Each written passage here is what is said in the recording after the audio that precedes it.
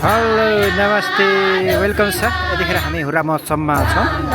विशेष गरेर मुडे बाँसको चिनारी हुरा कम्पिटिसन भन्दा पनि महोत्सव भइरहेको छ। यहाँनिर एकदमै रमाइलो भइरहेको छ। दर्शकबिन देख्न सक्नुहुन्छ यहाँनिर हुर्राको माहौल निकै नै तातिराखेको अवस्था छ।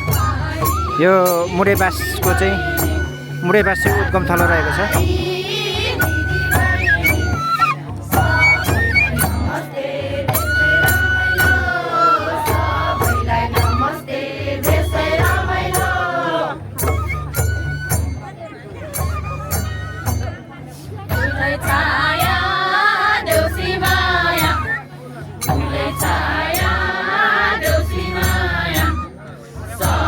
दर्शकबिन देख्न सक्नुहुन्छ यहाँनिर हुर्रा महोत्सव यो विशेष गरेर मुडे बाँसको